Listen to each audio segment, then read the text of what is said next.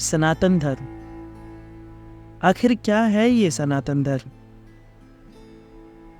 आज हम जानेंगे सनातन धर्म और उसके मूल सिद्धांत के बारे में।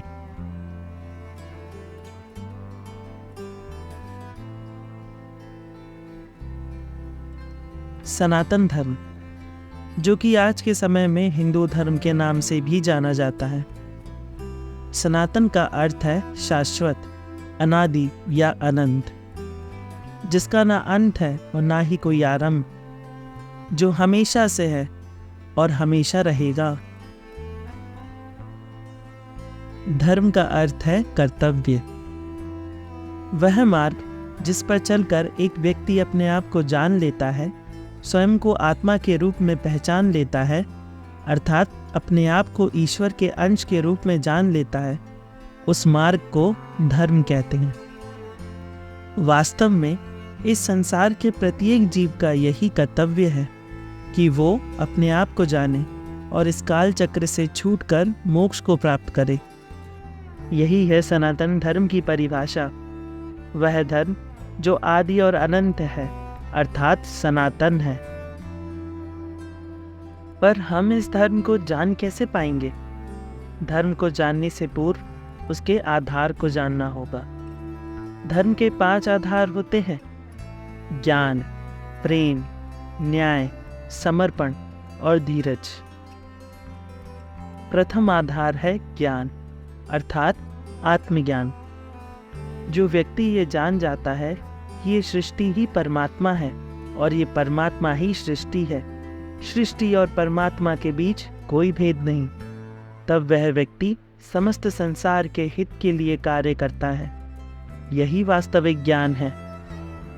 द्वितीय आधार है प्रेम, अर्थात निस्वार्थ भाव से सभी प्राणियों के प्रति स्नेह और करुणा रखना।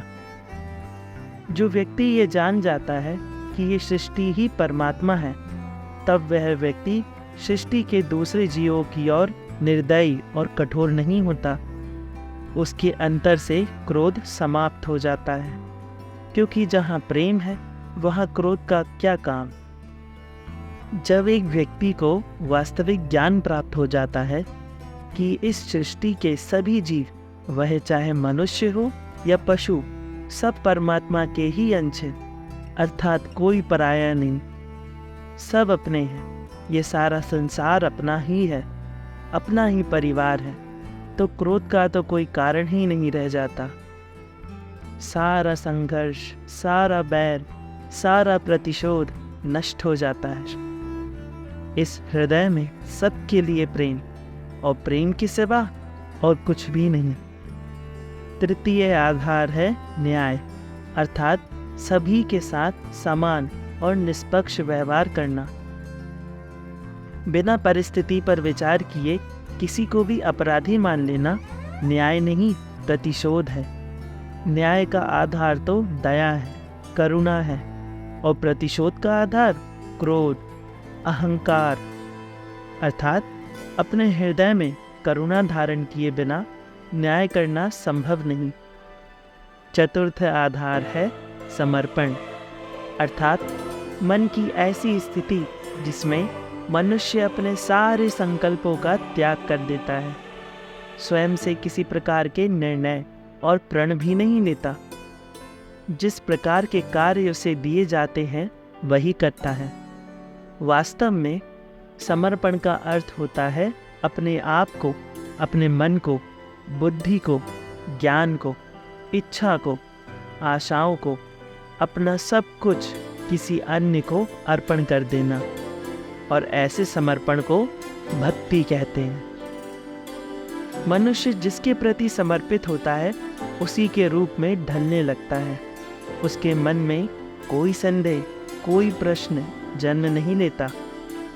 किसी दुष्ट के प्रति समर्पण उस मनुष्य के कार्यों को भी दूषित कर देता है। समर्पण तो सदा उत्तम की ओर ही होना चाहिए, उसी से मनुष्य उत्तम बनता है। लोहे की माला से अपराधी को बांधा जाता है, पीतल की माला से मंदिर के दियों को बांधा जाता है, और सोने की माला को आभूषण बनाकर कंठ में धारण किया जाता है।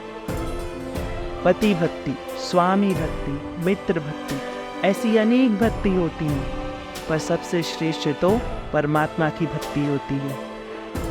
पंचम आधार है धीरज अर्थात धैर्य। जीवन के प्रति कठिनाइयों और चुनौतियों का सामना शांति से करना। जब एक व्यक्ति धैर्य से किसी कार्य को करता है तो उसके द्वारा कोई अयोग्य निर्णय नहीं लिया जाता। कठिनाइयों के समय मनुष्य का हृदय शांत नहीं होता। तरह तरह के विचार उसके मन को घेर लेते हैं। पर क्या कोई भागते हुए भोजन कर सकता है? अर्थात जब एक व्यक्ति धैर्य से किसी कार्य को करता है तो वह उस समय को भी आसानी से पार कर जाता है। हर जीव जिसने सृष्टि में जन्म लिया है उसका कर्तव्य है इन 5 आधारों को प्राप्त करना। यही धर्म वास्तव में सनातन है, अमर है और अनंत है। सनातन धर्म को समझने के लिए वेद बहुत ही महत्वपूर्ण आधार प्रदान करते हैं। वेद सनातन धर्म के बहुत ही प्राचीन और धार्मिक ग्रंथ हैं। वास्तव में वेद अनंत काल से सृष्टि में उपस्थित हैं, कभी वचन के रूप में तो कभी लिखित रूप में। कहा जाता है कि वेदों का ज्ञान स्वयं परमात्मा ने ऋषि मुनियों को दिया था, जिसे आज से लाखों साल पहले महर्षि वेद व्यास जी ने समस्त मनुष्यों के कल्याण के लिए 4 भागों में बांट दिया। वे 4 भाग हैं ऋग्वेद, सामवेद, यजुर्वेद और अथर्ववेद। ऋग्वेद में विभिन्न देवी देवताओं की स्तुति के लिए मंत्र बताए गए हैं। यजुर्वेद में अनुष्ठान और धार्मिक सूत्रों का वर्णन है, तो वहीं सामवेद में विभिन्न प्रकार के मंत्रों को गीत और संगीत के रूप में दर्शाया गया है। अथर्ववेद में बहुत ही प्राचीन मंत्र और जादू टोने के लिए मंत्र उपदेश दिए गए हैं। वेदों को समझ पाना हर व्यक्ति के लिए संभव नहीं था, इसीलिए हमारे गुरु और ऋषि मुनियों ने वेदों को 4 भागों में बांट दिया, जैसे कि संहिता, ब्राह्मण, आरण्य और उपनिषद। जिस प्रकार एक गुरु द्वारा अपने शिष्यों को ज्ञान दिया जाता है, उसी प्रकार संहिता, ब्राह्मण, आरण्य और उपनिषद में वेदों का ज्ञान सरल भाषा में समझाया गया है। इन चारों भागों में सबसे ज़्यादा महत्वपूर्ण उपनिषद को माना गया है। उपनिषद वेदों के अंतिम भाग को कहा गया है। इसके माध्यम से मनुष्य वास्तविक ज्ञान को प्राप्त करता है, क्योंकि ये परमात्मा की प्रकृति को दर्शाता है, जो कि सनातन धर्म के महत्वपूर्ण आधार हैं। वेदों के अतिरिक्त सनातन धर्म में पुराणों की भी एक महत्वपूर्ण भूमिका है। पुराणों के माध्यम से मनुष्य को अपने आराध्य देवी देवता और समस्त ब्रह्मांड का ज्ञान प्राप्त होता है। सभी पुराणों में सबसे महत्वपूर्ण 18 पुराणों को माना गया है, जो कि हैं ब्रह्म पुराण, पद्म पुराण, विष्णु पुराण, शिव पुराण, भागवत पुराण, नारद पुराण, मार्कंडेय पुराण, अग्नि पुराण, भविष्य पुराण, ब्रह्मवैवर्त पुराण, लिंग पुराण, वराह पुराण, स्कंद पुराण, वायु पुराण, मत्स्य पुराण, कूर्म पुराण, गरुड़ पुराण और श्रीमद् देवी भागवत महापुराण। सनातन धर्म वास्तव में अपने आप में ज्ञान का प्रकाश है। सनातन धर्म के अनुसार ब्रह्मांड की रचना एक बहुत ही गहरा और जटिल विषय है, जिसे वेदों और पुराणों में वर्णित किया गया है। वेदों के अनुसार ब्रह्मांड की रचना के पूर्व इस सृष्टि को शून्य कहा गया है, जिसमें गहरा अंधकार है, हर तरफ अंधकार ही अंधकार। इस अवस्था को हिरण्यगर्भ कहा जाता है, जिसे माँ आदि पराशक्ति धारण करती हैं, जो कि इस समस्त संसार की माता है, जगत जननी है, पराशक्ति है, प्रकृति है, जिनमें सारा संसार निवास करता है और वे समस्त जीवों में निवास करती हैं। शक्ति द्वारा धारण किए हुए उस हिरण्यगर्भ से प्राकट्य होता है महेश का, अर्थात महादेव का, जो समस्त कारणों के भी कारण हैं, जो आदि हैं, अनंत हैं, अर्थात सनातन हैं। इस संसार के संहारक, जिनके रूप का वर्णन शिव महिम्न स्तोत्र में कुछ इस प्रकार बताया है। कर्पूर गौरम करुणावतारम संसार सारम भुजगेंद्रहारम सदा वसंतम हृदयारविंदे भवम भवानी सहितम नमामि। वे जो कपूर के समान गोरे हैं, जो करुणा और प्रेम के अवतार हैं, जो समस्त संसार के अंतिम तथ्य हैं, अर्थात सार हैं, जिनके गले में वासुकी नाग हार के रूप में स्थित हैं, जो हमेशा से हैं और हमेशा सबके हृदय में वास करेंगे, जिनका नाम हमेशा देवी भवानी के साथ अर्थात माता पार्वती के साथ लिया जाता है। भगवान शिव के पश्चात प्राकट्य हुआ नारायण का, अर्थात महाविष्णु, इस संसार के रक्षक। उनके दिव्य रूप का वर्णन हमें श्रीमद् भागवत महापुराण में कुछ इस प्रकार बताया गया है। शांताकारं भुजगशयनं पद्मनाभं सुरेशं विश्वधारं गगनसदृशं मेघवर्णं शुभांगं लक्ष्मीकान्तं कमलनयनं योगी विद्यानगम्यं वंदे विष्णुं भवभयहरं सर्वलोकैकनाथम।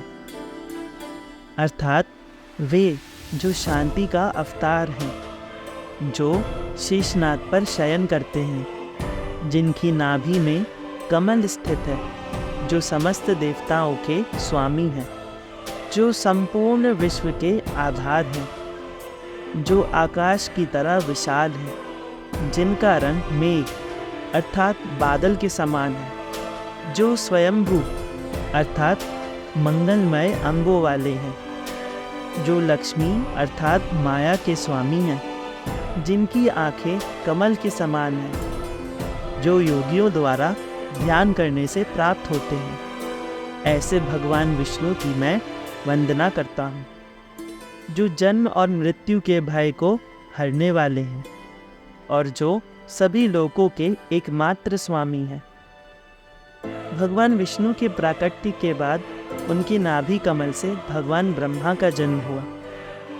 इनके जन्म के पश्चात माँ आदि पराशक्ति ने अपने 3 रूपों का प्राकट्य किया, जो है देवी लक्ष्मी, देवी पार्वती और देवी सरस्वती। वास्तव में भगवान श्री हरि विष्णु, भगवान श्री महादेव और भगवान ब्रह्मा, इन तीनों त्रिदेवों को अपनी शक्तियाँ अपनी अर्धांगिनी अर्थात त्रिदेवियों से प्राप्त होती है। जैसे भगवान विष्णु, जिनके साथ माया की देवी अर्थात देवी लक्ष्मी है, क्योंकि इस संसार को चलाने के लिए माया की आवश्यकता होती है। वहीं दूसरी ओर है भगवान शिव, जो कि नए ब्रह्मांड की रचना के लिए पिछले ब्रह्मांड का संहार करते हैं। उनकी शक्ति है देवी पार्वती, जो कि शक्ति की सबसे सर्वोच्च स्तर को दर्शाती हैं। और वैसे ही भगवान ब्रह्मा, जिनका कार्य है ब्रह्मांड की रचना करना, उनके साथ है ज्ञान की देवी अर्थात सरस्वती देवी, क्योंकि नव निर्माण के लिए ज्ञान का होना आवश्यक है। त्रिदेवों और त्रिदेवियों के प्राकट्य के पश्चात सभी ने अपने कार्यों को संभाला और इस सृष्टि का निर्माण हुआ, जिसमें हम आज निवास कर रहे हैं। हमारे इस ब्रह्मांड की तरह कई सारे ब्रह्मांड हैं, जिनमें कई सारे ब्रह्मा हैं, परंतु महादेव, महाविष्णु और शक्ति एक ही हैं, क्योंकि वास्तव में महादेव, महाविष्णु और शक्ति ही परब्रह्म स्वरूप हैं, जिनका प्राकट्य हुआ है, जन्म नहीं। वे ही वास्तव में काल चक्र के परे हैं, अर्थात सनातन हैं। सनातन धर्म में समय को 4 भागों में बांटा गया है, जैसे सतयुग, त्रेता युग, द्वापर युग और कलयुग, जिसमें सतयुग 17,28,000 साल, त्रेता युग 12,96,000 साल, द्वापर युग 8,64,000 साल और कलयुग 4,32,000 साल। ये चारों युग किसी चक्र की तरह घूमते रहते हैं। इन चारों युग के समूह को महायुग कहा जाता है। हर महायुग के अंत में प्रलय आता है, जिसके पश्चात समय एक बार फिर सतयुग से शुरू होता है, अर्थात एक नए महायुग का आरंभ होता है। सनातन धर्म इतना विस्तृत है कि हम इस वीडियो में इसके बारे में सब कुछ नहीं जान सकते, पर हमें इसके मूल सिद्धांत के बारे में जानना अवश्य चाहिए। आपके सहयोग के लिए धन्यवाद। सनातन धर्म की गहराइयों को और भी अधिक जानने के लिए हमारे YouTube channel the Hindu script को सब्सक्राइब करें और बेल आइकॉन को दबाएं, जिससे हमारी वीडियो आप तक पहुंचे सबसे पहले।